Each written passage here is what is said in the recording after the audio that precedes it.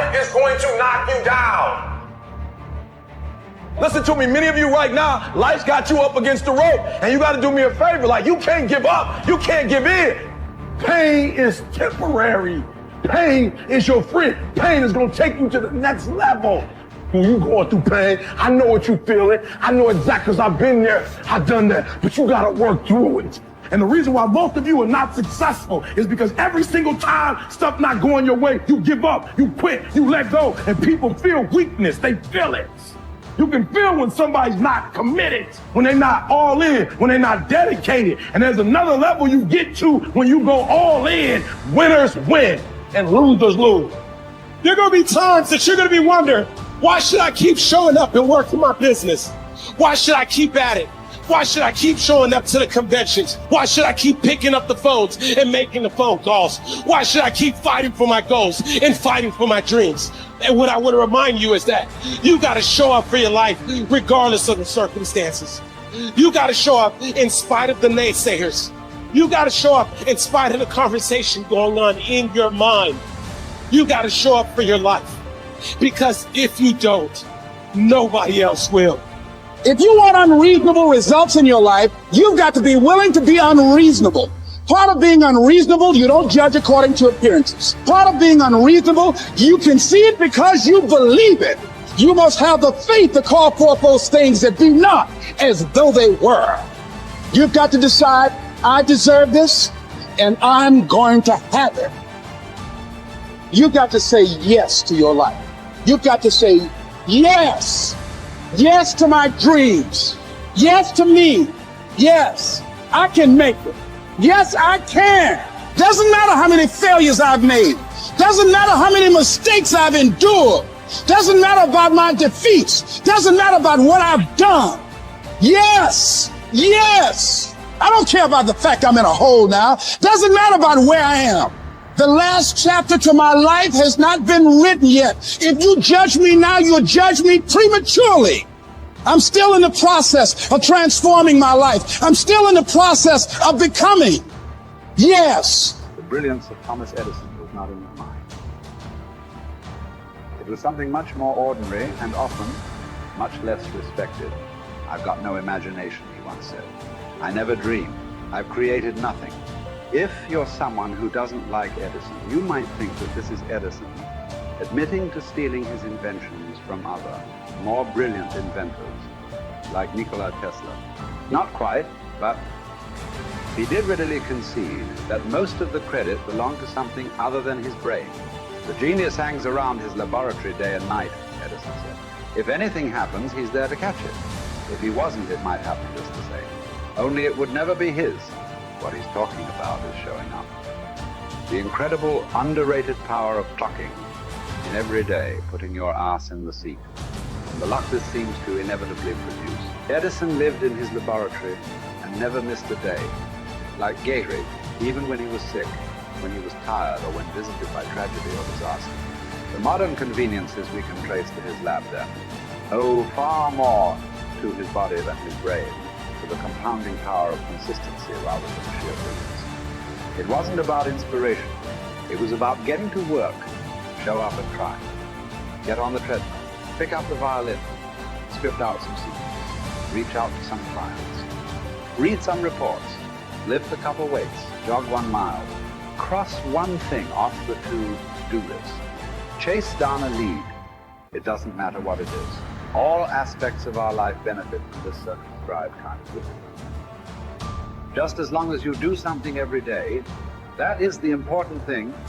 Show up. When you're tired, when you don't have to, even if you have an excuse, even if you're busy, even if you won't get recognized for it, even if it's been kicking your ass lately, once something is done, you can build on it. Once you get started, momentum can grow. When you show up, you can get lucky. Is this still hard? Yes. But the good news is that because it's hard, most people don't do it. They don't show up. They can't even do one tiny thing a day. So yes, you're alone out there on the track in the rain. You're the only one responding on Christmas.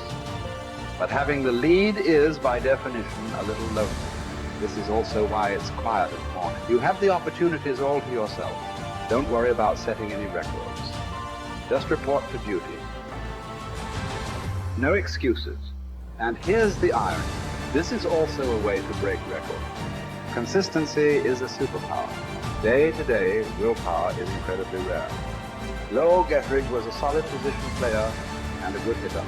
But his success really was rooted in the fact that he didn't miss many days of work. It's quite likely that had he continued at his normal pace and not been stricken with R's, that he would have put up career numbers that surpassed Babe Ruth. Gettrig wasn't just able to show up despite injuries and fatigue. He also had to push through ennui, doubt, and just plain not feeling it. He had slumps like we all do, but he also understood what they meant. As a minor leaguer, he had struggled at the plate and thought about quitting. The Yankees' owner sent down a scout to walk Gehrig through the very basic math of a batting average. A good hitter hits 300, and hitting 350 is terrific. Hitting 400 is almost unheard of. What does that translate to? Missing on 6 tries out of 10. A hitter can also go days, weeks without touching the ball. That's what the scout told him. The most important thing a young ball player can learn is that he can't be good every day. You don't have to always be amazed. You do always have to show up. What matters is sticking around for the next at bat. The ability to do that, coupled with the ability to endure what John Steinbeck called doggy days while writing these things. Those days when everything seems out of whack, when you're just not feeling it, when the distractions won't stop, is the first step to greatness. Literally. You cannot be great without the self-discipline to do that. One thing a day adds up. Each day adds up. But the numbers are only interesting if they accumulate in large quantities. You guys that are just getting started, you're not going to start right here.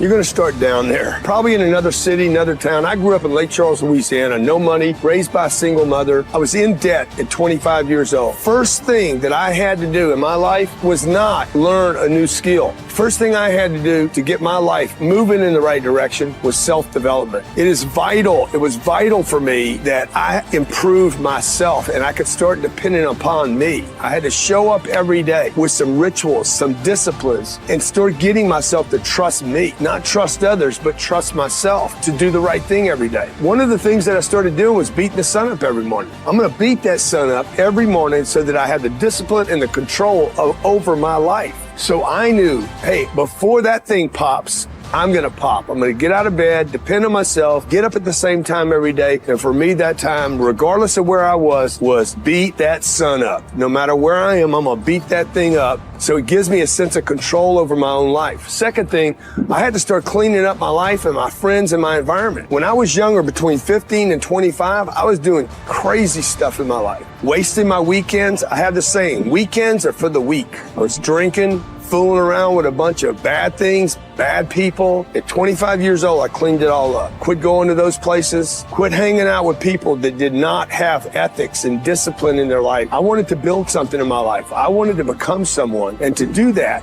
to become someone in the eyes of the world, just beating that sun up every morning gives me the sense of accomplishment that I did what I said I was going to do, that I woke up when I said I would wake up, and I start building respect for myself, start believing in myself so that I can go out into the world. And maybe today when I go into this meeting that I'm dressed for, they'll believe in me as much as I believe in me, and that'll show up in a contract, a deal, maybe even some money.